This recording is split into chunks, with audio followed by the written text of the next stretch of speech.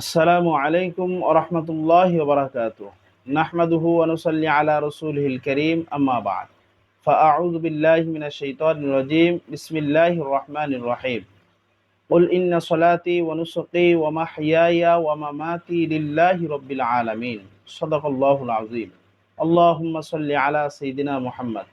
সম্মানিত দর্শক, যে যেখান থেকে আজকে এই ভিডিওটি দেখছেন বা শুনছেন, সকলকে জানাই আন্তরিক মোবারকবাদ। আমরা সকলে অবগত আছি, আগামী মাস অর্থাৎ জুন মাসের ৬, ৭, ৮, ২০২৫ শুক্র, শনি, রবি পবিত্র ঈদ উল আজহা। পবিত্র ঈদ উল আজহায় সর্বোত্তম কাজ হলো কোরবানি করা, পশু জবাই করা। সেই হিসাবে আমরা অনেকেই, যাদের উপরে কোরবানি ওয়াজিব হয়েছে এবং যারা কোরবানি করবে, তারা অনেকেই পশু ক্রয় করে থাকি। দেখা যায় বিভিন্ন সময় বিভিন্ন ব্যস্ততার কারণে এমন কিছু পশু আমরা ভুলক্রমে ক্রয় করে থাকি, যে পশুর ভিতরে কিছু ভুল ত্রুটি থাকার কারণে ওই পশু দ্বারা আর কোরবানি হয় না।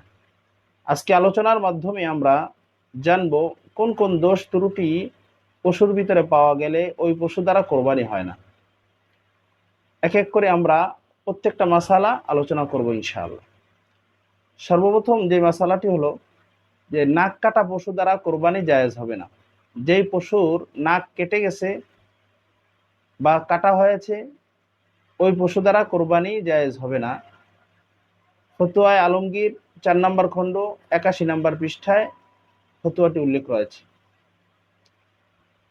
এরপরের মাসালা হলো জিহ্বা ফেটে যাওয়ার কারণে যেই পশু খাবার খেতে পারে না, বিন্দু পরিমাণ খাবার খেতে পারে না, বিলকুল খাবার খেতে পারে না, ওই পশু দ্বারাও কোরবানি জায়েজ হবে না।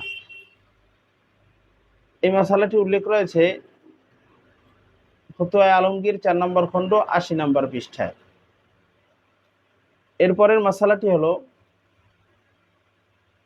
যেই ভেড়া বা দুম্বা বা বকরির একটি ওলান নষ্ট হয়ে গেছে, একটি ওলান থেকে দুধ বের হয় না।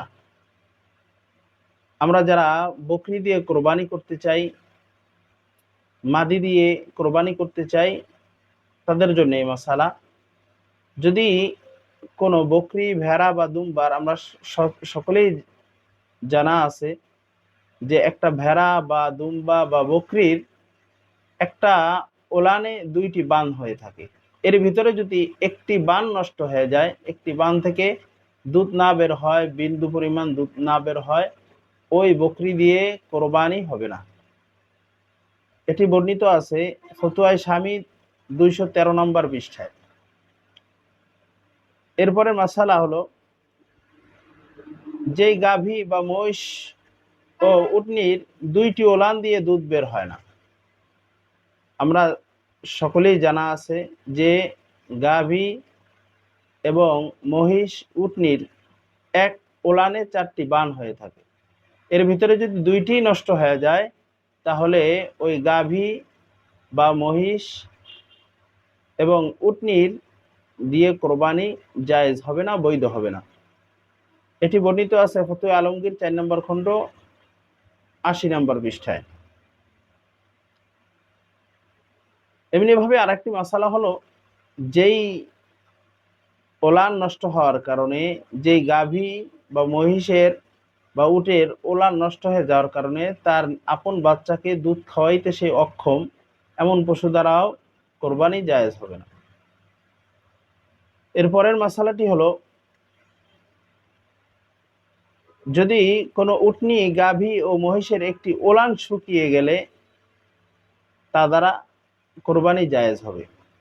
কারণ আমরা জানি একটি গাভী এবং মহিষ অথবা উটনির ৪টি বান হয়ে থাকে, এর ভিতরে যদি একটি নষ্ট হয়ে যায় তা দিয়ে কোরবানি হবে, কিন্তু একের অধিক যদি বান নষ্ট হয়ে যায় তা দিয়ে কোরবানি হবে না।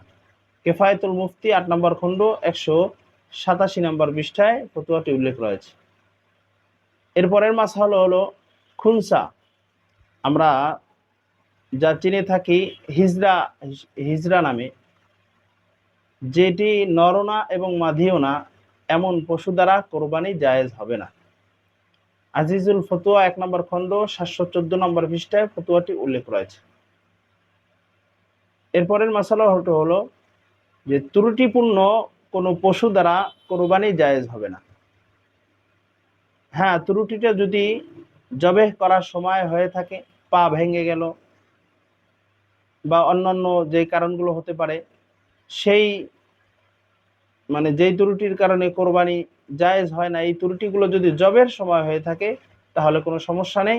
যদি এর আগে হয়ে থাকে তাহলে ওই পশু দ্বারা কোরবানি করা জায়েজ হবে না। এই ছিল আজকের মাসালা। আরো কিছু মাসালা রয়েছে, পরবর্তী পর্বে ইনশাআল্লাহ আলোচনা করা হবে। আজকের মতো এখানেই বিদায় নিচ্ছি। আমা তাওফিকি ইল্লা বিল্লাহ। আসসালামু আলাইকুম রাহমাতুল্লাহি ওয়া বারাকাতুহু।